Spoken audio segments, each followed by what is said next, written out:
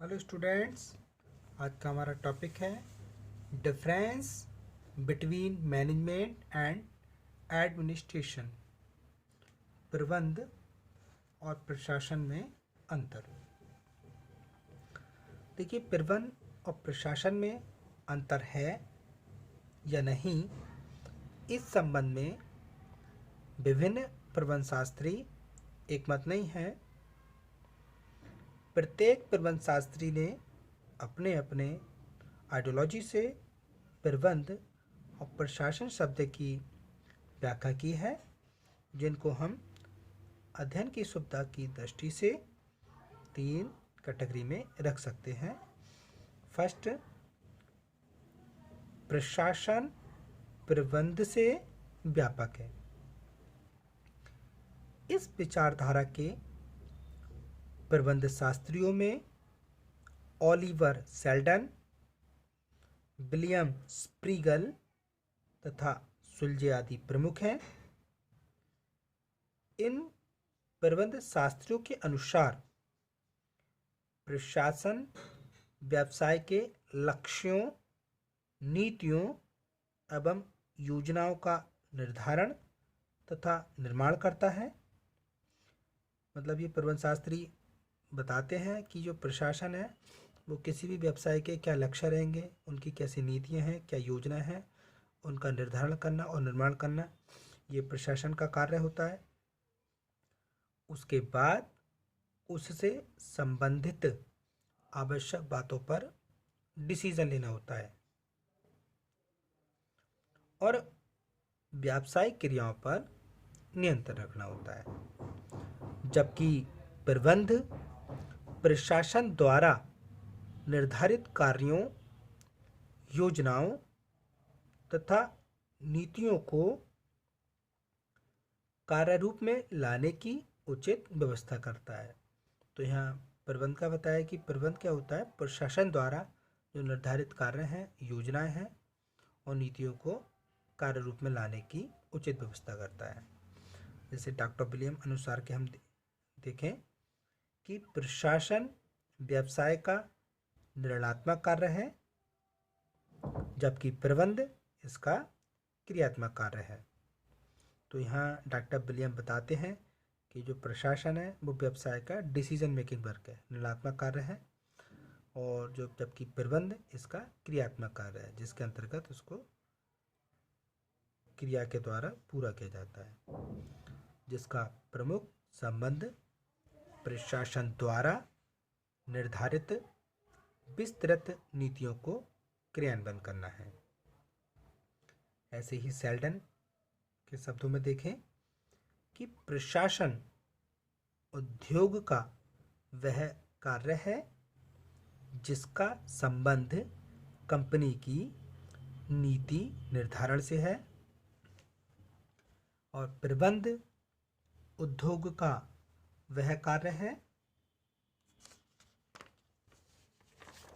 जिसका संबंध प्रशासन द्वारा निर्धारित सीमाओं में रहकर इन नीतियों को क्रियान्वयन करने से है। इन विचारधाराओं के अनुसार प्रशासन संस्था के लक्ष्यों और नीतियों का निर्धारण करता है तथा संगठन का निर्माण करता है, जबकि प्रबंध प्रशासन द्वारा निर्धारित लक्ष्यों, नीतियों व कार्यों को व्यावहारिक रूप देने के लिए नेतृत्व, निर्देशन, समन्वय, पर्यवेक्षण, नियंत्रण आदि कार्यकारी कार्य करता है। तो हमने यहाँ इन विचारकों के आधार पर ये देखा कि प्रशासन संस्था के जो उद्देश्य हैं, लक्ष्य हैं, नीतियाँ हैं, उनको तय करना होता है प्रशासन का कार्य, और संगठन का निर्माण करना होता है। और जबकि हम प्रबंध को देखें तो प्रबंध प्रशासन द्वारा निर्धारित लक्ष्यों, नीतियों, कार्यों को व्यवहारिक रूप देने के लिए जो इसमें नेतृत्व, निर्देशन, समन्वय, पर्यवेक्षण, नियंत्रण आदि कार्यकारी कार्य करता है। तो इस प्रकार उक्त लेखकों ने प्रबंध की तुलना में प्रशासन को अधिक महत्वपूर्ण बताया है, मतलब ये प्रशासन को ज़्यादा प्रायोरिटी देते हैं। इस विचारधारा में प्रशासन और प्रबंध के संबंध में निम्न चार्ट समझेंगे। तो यहाँ चार्ट में दिखाया है प्रशासन प्रबंध।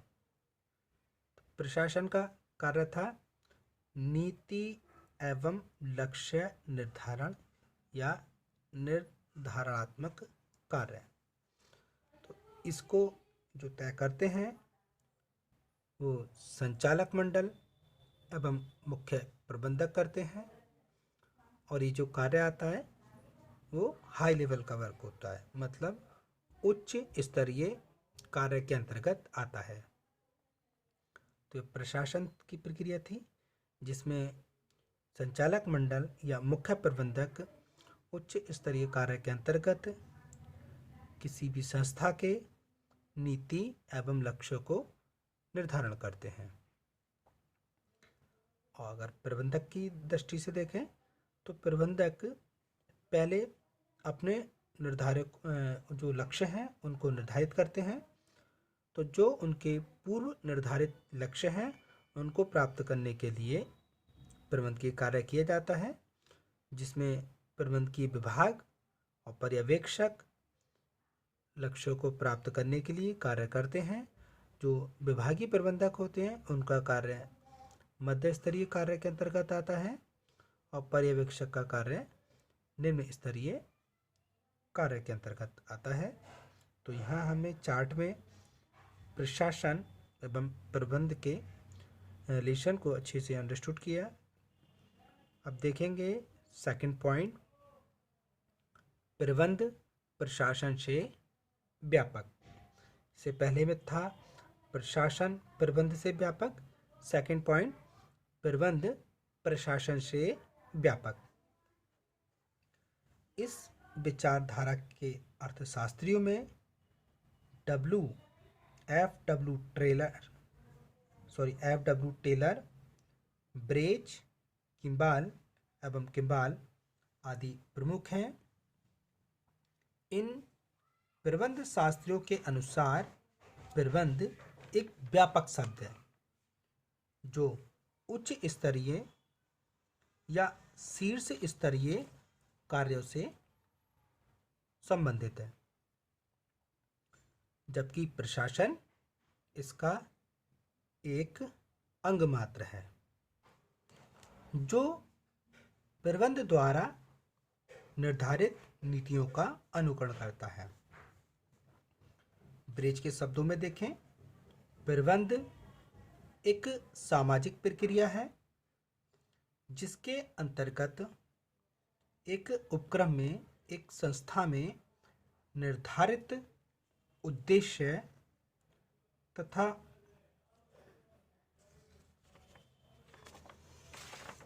कार्य का पूरा करने के लिए क्रियाओं के प्रभावी नियोजन एवं नियमन का उत्तरदायित्व शामिल है। प्रशासन प्रबंध का वह भाग है जिसका संबंध कार्यविधियों को निर्धारित करने और उन्हें प्रयोग करने से होता है, जिसके द्वारा क्रियाओं की प्रगति को योजना के अनुसार नियमित एवं नियंत्रित किया जाता है। इसी प्रकार हम किम्बाल और जूनियर के शब्दों में देखें, प्रबंध में उन कार्यों को इंक्लूड करते हैं जो संस्था की स्थापना, उसके वित्त, आधारभूत नीतियों का निर्माण, आवश्यक उपकरणों की प्राप्ति तथा संगठन की रूपरेखा आदि के निर्धारण से संबंधित है। तो यहाँ किम्बाल और जूनियर ने बताया कि प्रबंध में हम उन सभी कार्यों को शामिल करते हैं जो संस्था की स्थापना, उसके लिए वित्त की व्यवस्था, उसके लिए आधारभूत नीतियों का निर्धारण और आवश्यक उपकरणों की प्राप्ति, संगठन की रूपरेखा आदि के निर्धारण से संबंधित हैं, जिनके माध्यम से संस्थान का परिचालन किया जाता है। जबकि प्रशासन में उन कार्यों तथा क्रियाओं को सम्मिलित किया जाता है जो उद्देश्यों को कार्य रूप देने से संबंध रखते हैं तथा जिनके लिए संस्था को वित्त प्रदान किया गया है तथा संगठन की संरचना हुई है। तो हम इन विचारधाराओं के अनुसार कह सकते हैं कि प्रबंध एक व्यापक एवं सामान्य कार्य है और प्रशासन उसका एज अ पार्ट, एक अंग है। इस प्रकार इन विचारों से स्पष्ट है कि प्रशासन की तुलना में प्रबंध अधिक महत्वपूर्ण है। इस विचारधारा के अनुसार प्रबंध और प्रशासन को निम्न चार्ट द्वारा हम समझ सकते हैं। प्रबंधक का फर्क देखें तो प्रशासकीय कार्य और क्रियात्मक प्रबंध, मतलब प्रशासकीय प्रबंध और क्रियात्मक प्रबंध होता है।